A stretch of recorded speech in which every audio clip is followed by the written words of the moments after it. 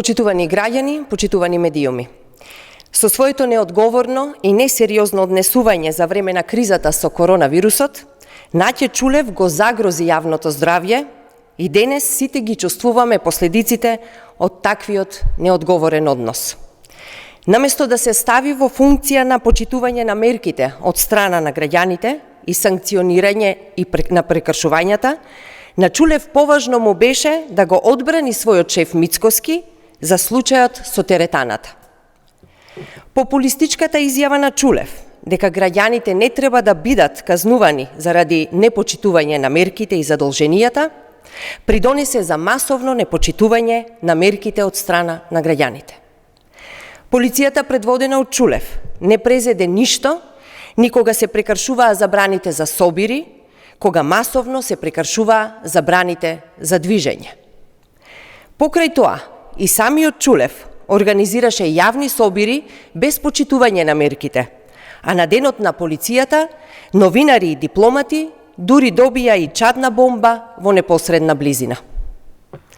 Денеска, за жал, стигнува сметката за неказнувањето и неработата на Чулев, а таа се гледа преку бројот на заразени, регистрирани денеска. Почитувани, ова е само уште еден доказ за несовесното и незрело однесување на Чулев и ВМРО ДПМНЕ, кои на овој начин дејствуваат против јавното здравје.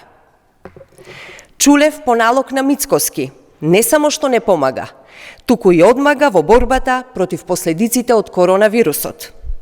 На Чулев и ВМРО ДПМНЕ им е важно само да ја злоупотребуваат полицијата, како во времето на режимот, наместо таа да биде во функција на обезбедување на законите.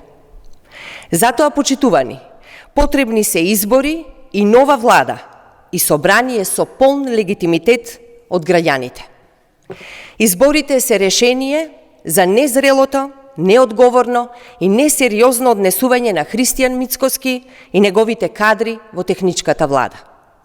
На државата и се потребни институции со полн капацитет, кои ефикасно ќе се справат со последиците од актуелната пандемија, но и ќе бидат подготвени за новиот бран, кој по сите најави се очекува на есен.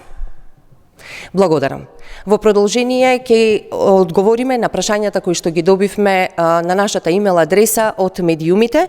Првото прашање е од Македонска телевизија, второто прашање е од телевизија Телма. МТВ, дали постои простор за компромис за консензуално одржување датум за изборите меѓу власта и опозицијата? Дали сте согласни за продолжување на вонредната состојба со оглед на здравствената состојба и економските последици од коронавирусот? Прашањето од Телма, дали преку каналот за комуникација е остварено доближување на ставовите меѓу партиите кога треба да се одржат изборите? Дали тоа некаде во првата половина на јули? Дали треба да се продолжи вонредната состојба со оглед на големиот број новозаболени? СДСМ е одговорна партија и покажавме и докажавме дека нејзин најважен приоритет е здравјето на граѓаните. Заштита на здравјето на граѓаните и секако интересите на граѓаните.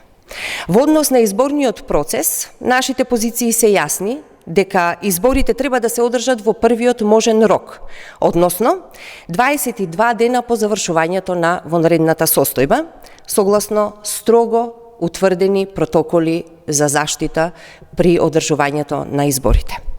Ние се залагаме за консензус и во оваа ситуација бараме консензус, секако за ова прашање кое што е од исклучителна важност и за здравјето на граѓаните, за економијата и за институциите. Проценката за потребата на нова вонредна состојба досега ја правеа институциите, очекуваме така да биде и овој пат. Каква и да биде одлуката, ние како партија секако дека целосно ќе ја испочитуваме, како што тоа беше и досега во целиот овај период.